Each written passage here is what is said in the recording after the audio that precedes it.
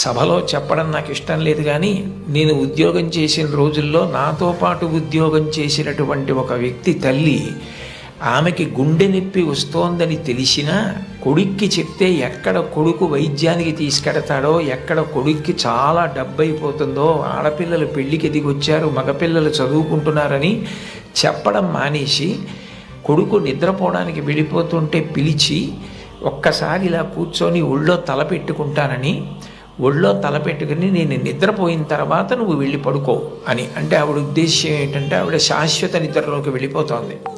ఆ కొడుకు ఒళ్ళో తల పెట్టుకుని పడుకుంటే కొంతసేపటికి తల్లి కదలటం లేదని వాడు కదిపి చూస్తే తల్లి శరీర త్యాగం చేసేసింది. ఆ తర్వాత తెలిసింది, తన భార్య చెప్పింది, కొంచెం గుండెల్లో నొప్పిగా ఉందమ్మా, బరువు పని చేయలేకపోతున్నాను, కానీ వాడికి మాత్రం నువ్వు చెప్పకు సుమా అని ఒట్టేయించుకుందిట కోడలతో. అది తల్లి అంటే. అమ్మ అంటే అంతటి ప్రేమైకమూర్తి. అమ్మ లాంటి వ్యక్తి జీవితంలో ఇక దొరకదు. జీవితంలో అన్నిటికన్నా పెద్ద నేరం ఏమిటంటే అమ్మకి చెప్పలేము అన్న పని మనం చేయడమే.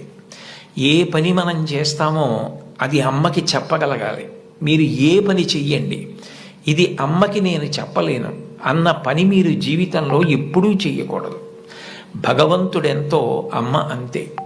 మీరు మహాత్ములైన వారి ఎవరి జీవిత చరిత్ర పరిశీలించండి. అమ్మకి నమస్కారం చెయ్యకుండా, అమ్మ గొప్పతనం చెప్పకుండా లేరు. ఈ రాష్ట్రానికి ముఖ్యమంత్రి చేసినటువంటి ప్రాతస్మరణీయులు టంగుటూరి ప్రకాశం పంతులు గారు తన జీవిత చరిత్రలో వ్రాసుకున్నారు. తాను మిడిల్ స్కూల్లో ప్రవేశించినప్పుడు 3 రూపాయలు జీతం కట్టలేకపోతే 25 మైళ్ళ దూరం నడిచి వెళ్ళి వాళ్ళ బావగారిని అప్పడిగితే ఆయన దగ్గర కూడా డబ్బు లేకపోతే మళ్ళీ 25 మైళ్ళు వెనక్కి తిరిగి వచ్చి, అమ్మ అప్పు దొరకలేదు, బావగారికి దగ్గర కూడా లేవుట, నేను చదువు మానేస్తానంటే అప్పటికి ఆ తల్లికి ఉన్నది ఒకే ఒక్క పట్టు చీర.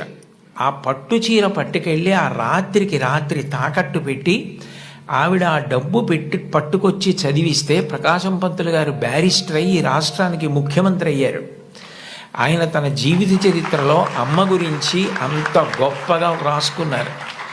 ఏపీజే అబ్దుల్ కలాం గారు, ఆయన పేరు చెప్తే పిల్లలు పరవశించిపోతారు. కాకినాడలో ఒకసారి నేను గోశాలకు వెడుతుంటే సాయంకాలం వేళ పిల్లలు స్వచ్ఛందంగా, అదేం ఎవ్వరూ నిర్వహించింది కాదు, వాళ్ళంతట వాళ్ళుగా బయటికి వచ్చి కొవ్వొత్తులు పట్టుకుని ఎడుతున్నారు కొంతమంది.